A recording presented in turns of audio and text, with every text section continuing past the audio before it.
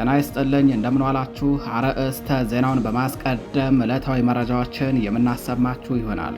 በአማራ ፋኖ ብሔራዊ ንቅናቄ ቴዎድሮስ እዝና አሳምነው እዝ በጋራ በመሆን በወሰዱት እርምጃም በርካታ የአገዛዙ ወታደሮች ሲደመሰሱ በርካታዎች መቁሰላቸው ታወቀ። ከ8 ሰዓታት በላይ በወሰደው ውጊያ ከዙ 23ና ሞርተሮች እንዲሁም መድፍ ጭምር ታጥቆ ሲንቀሳቀስ በነበረም በአገዛዙ ኃይል ላይ ነው ጥብቅ እርምጃው የተወሰደው ተብሏል። ውጊያው በአማራ ፋኖ ብሔራዊ ንቅናቄ ዘመቻ መምሪያ ኃላፊ አርበኛ ባዩ አለባቸው የተመራ ሲሆን በዚህም የፋኖን አንድነት የገመደና አንድነት ምን ያህል ኃይል እንዳለው በገሃድ ያሳየ ውጤት ተገኝቶበታል ተብሏል። መረጃውን በዝርዝር ታደምጡታላችሁ። በሌላኛው መረጃችን የኦነግ ኃይሎች በቄለም ወለጋ ዞን ሴቶችን በቡድን አስገድደው በመድፈርና የወሲብ ባሪያ በማድረግ ከባድ የጦር ወንጀል ፈጽመዋል ሲል አምነስቲ ኢንተርናሽናል አስታወቀ። ተቋሙ አክሎም እነዚሁ ታጣቂ ኃይሎች ከህግ ውጭ የሆነ ግድያና ማሰቃየትን ጨምሮ ሌሎች ወንጀሎችን እየፈጸሙ መሆናቸውን አረጋግጫለሁ ብሏል። አምነስቲ ኢንተርናሽናል በታጣቂዎቹ የደቦ መድፈር ድርጊትና መሰል የወሲብ ነክ ወንጀሎች እንዲሁም ሌሎች አሰቃቂ ግድያዎች የተፈጸሙባቸው ንጹሐኖች ከየትኛው ብሔር ተወላጆች እንደሆኑ በውል ባይጠቅስም ነገር ግን ድርጊቱ ተፈጽሞበታል ብሎ በጠቀሳቸው አካባቢዎች በርካታ የአማራ ተወላጆች እንደሚኖሩ መረብ ሚዲያ ለማረጋገጥ ችሏል። መረጃውን በዝርዝር አጠናቅረነዋል። ታደምጡታላችሁ። በሌላኛው መረጃችን ምርኮኛ ልጆቻቸው በሰላም ወደ ቤታቸው የተሸኙላቸው የኦሮሞ ብሔረሰብ አባላት ለፋኖ ምስጋና ቀረቡ። በአማራ ክልል እየተካሄደ በሚገኘው ጦርነት በሺዎች የሚቆጠሩ የስርዓቱ አገልጋይ የመከላከያ ሰራዊት አባላት ተማርከው በፋኖ እጅ የሚገኙ ሲሆን ፋኖም እነዚህን ምርኮኛ ወታደሮችን ወደ ቤተሰቦቻቸው እየሰደደ ይገኛል። ልጆቻቸው ከሞት ተርፈው በሰላም የመጡላቸው በወለጋ፣ በሸዋ፣ በቦረናና በሌሎች የኦሮሚያ አካባቢዎች የሚገኙ የምርኮኛ ወታደር ወላጅ የሆኑ የኦሮሞ ብሔረሰብ አባላት ለፋኖ ምስጋና ማቅረባቸው ነው የተነገረው። መረጃውን በዝርዝር አጠናቅረነዋል። ታደምጡታላችሁ። ጤና ይስጥልኝ የተከበራችሁ የመረብ ሚዲያ ቤተሰቦች እንደምንዋላችሁ። ከመረብ ሚዲያም እነዚህንና ሌሎች የዛሬ መጋቢት 1 2018 ዓ.ም ዕለታዊ መረጃዎችን አጠናቅረን ይዘናል። አብራችሁን ቆዩ።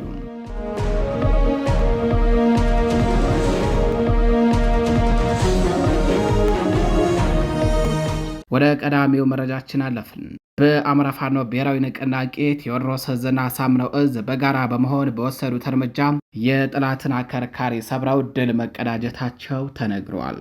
ውጊያው በአማራ ፋኖ ብሔራዊ ንቅናቄ ዘመቻ መምሪያ ኃላፊ አርበኛ ባዩ አለባቸው የተመራ ሲሆን በዚህም የፋኖን አንድነት የገመደ እንዲሁም አንድነት ምን ያክል ዋጋና ድል እንደሚያስገኝ በገሃድ ያሳየ ውጤት ተገኝቶበታል። ትላንት የካቲት 30 2018 ዓ.ም ከንጋት ጀምሮ እስከ አመሻሽ ድረስ በሸበል በረንታ አራጤና ቋጥቋጥ ተብሎ በሚጠራው አካባቢ መድፍ ዙ 23ና ሞርተሮችን ጨምሮ ከፍተኛ ቁጥር ያለው ሰራዊት ይዞ ተንቀሳቅሶ በነበረ የጠላት ኃይል ላይ ነው ከሁለቱ እዞች የተውጣጡ የፋኖ ኃይሎች እርምጃ የወሰዱትም። በዚህም በርካታ የአገዛዙ ወታደሮች ሲገደሉ በርካታዎች ቁስለኛ ሆነዋል። በጠላት 6ኛ እዝ ምክትል አዛዥ ጀነራል ለጋሮ የተመራውና ሰፊ ዝግጅት የተደረገበት የጠላት ማጥቃት በነማይ ለምጨን አካባቢ በርካታ የመድፍ አረሮችን በመወርወር በሸበል አራጤና ቁጥቋጥ ብዙ የመድፍና የሞርተር ቅንቡላዎችን በማስወንጨፍ የወገን ይዞታዎችን ለማስለቀቅ ጥረት ያደረገው የጠላት ኃይል ህልሙና እንቅስቃሴው ቅዠት ሆኖበት ቀርቷል። በአማራ ፋኖ ብሔራዊ ንቅናቄ አሳምነው እዝ አጼ ዘርዓ ያዕቆብ አንደኛ ኮር ናደው ክፍለ ጦር ቀኛዝማች ይታገሱ ሻለቃና በፍቃዱ በላይ ክፍለ ጦር እንዲሁም የአማራ ፋኖ ብሔራዊ ንቅናቄ ቴዎድሮስ እዝ 64ኛ ክፍለ ጦር በጋራ የፈጸሙትን የመከላከልና የመልሶ ማጥቃት ውጊያን የአማራ ፋኖ ብሔራዊ ንቅናቄ ዘመቻ መምሪያ ኃላፊ አርበኛ ባዩ አለባቸው በግንባር የመራው ሲሆን በጠላት በኩል 28 እግረኛ ሰራዊት ሲደመሰስ ይህ የጠላት ኃይል በስፍራው ወድቆ የተገኘ አስከሬን ተቆጥሮ ነው ተብሏል። ከዚህ በተጨማሪ ጠላት መውሰድ የቻለውን በተሽከርካሪ በርካታ ቁጥር ያለው አስከሬንና ቁስለኛ ጭኖ ወስዷል። ትናንት ከሌሊቱ 10 ሰዓት እስከ አመሻሽ ድረስ በተደረገው ውጊያ ጠላት በሞርተር በመድፍና በዙ 23 ባደረገው ደመነፍሳዊ ከፍተኛ ድብደባ የአርሶ አደር መኖሪያ ቤቶችንና የቤት እንስሳቶች ላይ ከባድ ድብደባ ፈጽሞ ጉዳት ማድረሱ ተነግሯል። ከዚህ በተጨማሪ ግን በፋኖ ላይ አንዳች ጉዳት አለማድረሱንና ፋኖ በዜሮ መስዋዕትነት ታላቅ ድል መቀዳጀቱን የታወቀው። በመጨረሻም ጠላት በሰው ኃይልና በሜካናይዝድ ርብርብ ጨለማን ተገን በማድረግ አስከሬንና ቁስለኛውን ጭኖ ወደ ኋላ መፈርጠጡ ነው የተነገረው። የተከበራችሁ አድማጭ ተመልካቾቻችን ወደ ሌላኛው መረጃችን አለፍን። የኦነግ ኃይሎች በቄለም ወለጋ ዞን ሴቶችን በቡድን አስገድዶ በመድፈርና የወሲብ ባሪያ በማድረግ ከባድ የጦር ወንጀል ፈጽመዋል ሲል አምነስቲ ኢንተርናሽናል አስታወቀም። ተቋሙ አክሎም እነዚሁ ታጣቂ ኃይሎች ከሕግ ውጭ የሆነ ግድያንና ማሰቃየትን ጨምሮ ሌሎች ወንጀሎችን እየፈጸሙ መሆናቸውን አረጋግጫለሁ ሲል ገልጿል። በአምነስቲ ኢንተርናሽናል የምስራቅና ደቡባዊ አፍሪካ ቀጠና መምሪያ በኦሮሚያ ክልል ቄለም ወለጋ ዞን ሳዮና አንፊሎ በተባሉ ወረዳዎች ከ2012 ዓ.ም ጀምሮ እስከ 2016 ድረስ ባሉ ጊዜያቶች በኦነግ ታጣቂዎች ስለተፈጸሙ ግድያዎችና የአስገድዶ መድፈር ወንጀሎችን በሚመለከት መግለጫ አውጥተዋል። ተቋሙ በመግለጫው በሁለቱ ወረዳዎች ላይ የኦነግ ታጣቂዎች ሴቶችን በቡድን እየደፈሩና የወሲብ ባሪያ እያደረጉ እንደሆነ፣ በተጨማሪም ከሕግ ውጭ የሆነ ግድያንና ማሰቃየትን ጨምሮ ሌሎች ወንጀሎችን እየፈጸሙ እንደሆነ አደረግኩት ባለው ምርመራ ማጣራት መቻሉን ያሳወቀ ሲሆን ይህ የጭካኔ ድርጊት ከባድ የጦር ወንጀል ነው ሲል ገልጾታል። በአምነስቲ ኢንተርናሽናል የምስራቅና ደቡባዊ አፍሪካ ቀጠና ዳይሬክተር ቲጌሬ ቻጉታ ተቋሙ ያወጣውን የምርመራ ሪፖርት ጠቅሰው ዓለም አቀፍና የአፍሪካ የመብት ተሟጋቾች ባለስልጣናት ወንጀለኞችን ተጠያቂ እንዲያደርጉ መስራት አለባቸው ሲሉ አሳስበዋል። ዳይሬክተሩ አክለውም ተጎጂዎችና ከጥቃቱ የተረፉት ፍትህ እንዲያገኙ ለማድረግ ፈጣን፣ ገለልተኛና ጥልቅ ምርመራ እንዲደረግ ዓለም አቀፍና የአፍሪካ የመብት ተሟጋቾች መጠየቅ አለባቸው ብለዋል። አምነስቲ ኢንተርናሽናል በታጣቂዎች ወደቦ መድፈር ድርጊትና መሰል የወሲብ ነክ ወንጀሎች እንዲሁም ሌሎች አሰቃቂ ግድያዎች የተፈጸሙባቸው ንጹሐኖች ከየትኛው ብሔር ተወላጅ እንደሆኑ በውል ባይጠቅስም ነገር ግን ድርጊቱ ተፈጽሞባቸዋል በተባሉት ወረዳዎች በርካታ የአማራ ተወላጆች እንደሚኖሩ መረብ ሚዲያ ባደረገው ማጣራት ለማረጋገጥ ችሏል። በቄለም ወለጋ ዞን አንፊሎና ሳዩ ወረዳዎችን ጨምሮ በሐዋ ገላን ወረዳ፣ በዳሊ ሰዲ ወረዳና በዳሌ ዋበራ እንዲሁም በጊዳሚ ወረዳዎች በርካታ የአማራ ተወላጆች የሚኖሩ ሲሆን እነዚህ ወገኖች በተለይ ከ2010 ዓ.ም ጀምሮ እስካሁን ድረስ የጅምላ ጭፍጨፋና ግድያ፣ የደቦ አስገድዶ መድፈርና ማፈናቀል በአገዛዙ አቀናባሪነት በእነዚሁ የኦነግ ታጣቂዎች እየተፈጸመባቸው ይገኛል። የኦነግ ታጣቂዎች ከክልሉ መንግስት ጋር በመተባበር በእነዚህ ወረዳዎች ከሚፈጽሙት የአማራ ተወላጆች ላይ ያነጣጠረ የጅምላ ጭፍጨፋ፣ ማፈናቀልና ሀብት ንብረት ማውደም በተጨማሪ በርካታ የአማራ ተወላጅ ልጃገረዶችን አግተው በመውሰድ ለወሲብ ባርነት እንደዳረጓቸው መረብ ሚዲያም የተጎጂ ቤተሰቦችን በማነጋገር ለማረጋገጥ ችሏል። ታጣቂዎቹ ከክልሉ መንግስት ጋር በመተባበር የአማራ ተወላጅ ላይ ያነጣጠረ መሰል ዘግናኝ ጥቃቶችን የሚፈጽሙት በቄለም ወለጋ ብቻ ሳይሆን በምስራቅ ወለጋ፣ በምዕራብ ወለጋ፣ በሆሮ ጉድሩ ወለጋ፣ በኢሉ አባቦራ ዞን፣ በጅማና በአካባቢው በሰሜንና በምስራቅ ሸዋ ዞኖች እንዲሁም በሌሎች የክልሉ አካባቢዎች ላይ ነው። የተከበራችሁ አድማጭ ተመልካቾቻችን ወደ ሌላኛው መረጃችን አለፍን። ምርኮኛ ልጆቻቸው በሰላም ወደ ቤታቸው የተሸኙላቸው የኦሮሞ ብሔረሰብ አባላት ለፋኖ ምስጋና አቀረቡ። በአማራ ክልል እየተካሄደ በሚገኘው ጦርነት በሺዎች የሚቆጠሩ የስርዓቱ አገልጋይ የመከላከያ ሰራዊት አባላት ተማርከው በፋኖ እጅ ይገኛሉ። ፋኖ እነዚህ ምርኮኛ ወታደሮችን የዓለም አቀፍ የምርኮኛ አያያዝ ህገ ደንብን ባከበረና አማራዊ ሴትን በጠበቀ መልኩ ተንከባክቦ እንደያዛቸው መረብ ሚዲያም የግንባር ዘጋቢዎች በተንቀሳቀሱበት ቀጠና ለመመልከት ችለዋል። ከምርኮኛ ወታደሮች መካከል ከፍተኛውን ቁጥር የሚይዙት የኦሮሞ ተወላጆች ሲሆኑ ይህ ስርዓት የኦሮሞ ስርዓት ነው፣ እንዳይፈርስ መታደግ አለባችሁ በሚል ፕሮፓጋንዳ ተታለው መከላከያ ሰራዊትን እንደተቀላቀሉ ይናገራሉ። የፋኖ አባላቱ በፈቃደኝነት ዓላማቸውን ተጋርተው ከእነሱ ጋር ለመቀላቀል የፈለጉ ምርኮኛ ወታደሮችን የታድሶ ስልጠና በመስጠት እንዲቀላቀሏቸው ያደረጉ ሲሆን ወደ ቤተሰቦቻቸው መሄድ የፈለጉትን ደግሞ የትግሉን ዓላማ በማስረዳትና የትራንስፖርት ወጪ በመሸፈን በሰላም የሚሄዱበትን ቀጠና በማመቻቸት እየሸኙ ይገኛሉ።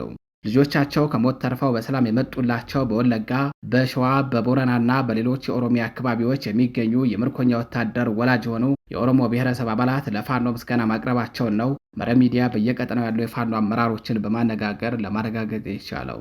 በፋኖ ከተማረከ በኋላ የመጓጓዣ ወጪ ተሸፍኖለት የተሸኘ ልጇን በሰላም ያገኘች በምዕራብ ሸዋ ዞን አምቦ ከተማ አካባቢ ነዋሪ የሆነች አንዲት እናት ምርኮኛ ልጇ ይዞት በነበረው የፋኖች ስልክ ቁጥር በመደወል ልጄን ዳግመኛ እንደወለዳችሁት ነው የምቆጥረው። ይህ አካሄዳችሁ ትግላችሁ ሀቅ እንዳለው የሚያስመሰክር ነው። የእውነት አምላክ ከእናንተ ጋር ይሁን የሚል መልእክት ማስተላለፋቸው ነው የፋኖ አመራሮቹ ለጣቢያችን የገለጹትም። ምርኮኛ ልጃቸው በሰላም ወደ ቤቱ የተመለሰላቸው ሌላኛው በቄለም ወለጋ ደምቢዶሎ ከተማ ነዋሪ የሆኑ አንድ አባት ልጄ በፋኖ መማረኩን ስሰማ ለቀስኩ። ምክንያቱም እኛ በቀበሌ ስብሰባም በኦቢኤን እና በኦኤምኤን ቴሌቪዥንም የሚነገረን ፋኖ ገዳይና ራጅ ነው በሚል ነው። አሁን ግን ልጄ በሰላም መጥቷል። በዚህም የትግላችሁን ሐቀኝነት አረጋግጣችሁልኛል። ዋቃ ወይንም አምላክ ከእናንተ ጋር ይሁን የሚል መልእክት አስተላልፈዋል። ምርኮኛ ልጆቻቸው በሰላም ወደ ቤታቸው መሸኘታቸውን ተከትሎ በኦሮሚያ ክልል ሰሜን ሸዋ ዞን አርሲ አካባቢን ጨምሮ በጉጂ፣ በምስራቅ ወለጋ ነቀምቴና በሌሎች የክልሉ አካባቢዎች የሚገኙ የኦሮሞ ተወላጆች ተመሳሳይ የምስጋና መልእክት ማስተላለፋቸውን የፋኖ አመራሮቹ ለመረብ ሚዲያም የግንባር ዘጋቢዎች የገለጹትም። ወደ ሌላኛው መረጃችን አለፍን። 77ኛ ክፍለ ጦር በጃቢ ጠህናን ወረዳ ከአባት አርበኞች ጋር ውይይት አካሄደ። በአማራ ፋኖ ብሔራዊ ንቅናቄ ምዕራብ አማራ ቀጠና ቴዎድሮስ ዕዝ 109ኛ ኮር ስር የሚገኘው 77ኛ ክፍለ ጦር በተቆጣጠራቸው አካባቢዎች የአርበኞች ጦር እያደራጀ ለውጊያ ብቁ እያደረገ ሲሆን ከእነዚህ አባት አርበኞች ጦር ጋር በወቅታዊ ጉዳዮች ዙሪያ ውይይትና የግንዛቤ ማስጨበጫ ስልጠና ጭምር መስጠቱን ክፍለ ጦሩ ለመረብ ሚዲያ በላከው መረጃ አስታውቋል። ክፍለ ጦሩ በጃቢ ጠህናን ወረዳ ጊዜያዊ መንግስት ያቋቋመ ሲሆን በህዝብ የተመረጡ አስተዳዳሪዎችና የኮሩ ተወካዮች በተገኙበት ነው ከአባት አርበኞች ጋር ውይይት ያካሄደው።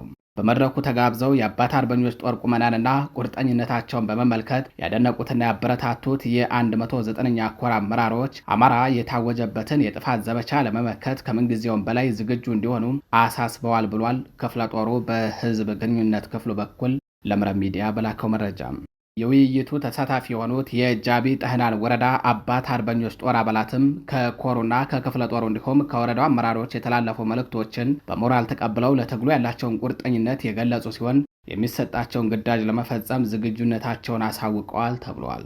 በተያያዘ ዜና የህልውና ትግሉ ስለደረሰበት ወቅታዊ ቁመና ለማህበረሰቡ ማብራሪያ ተሰጠ። በአማራ ፋኖ ብሔራዊ ንቅናቄ ቴዎድሮስ ዕዝ 201ኛ ኮር 64ኛ ክፍለ ጦር ተቆጣጥሮ ከሚያስተዳድራቸው ቀጠናዎች መካከል አንዱ በሆነው በእነማይ ወረዳ ቅድስጌና ስርየሱ ቀበሌ ህዝባዊ ውይይት አካሂደዋል። በውይይት መድረኩ የህልውና ትግሉ ስላለበት ወቅታዊ ሁኔታ ተነስቶ ሰፊ ማብራሪያ ተሰጥቷል ነው የተባለው።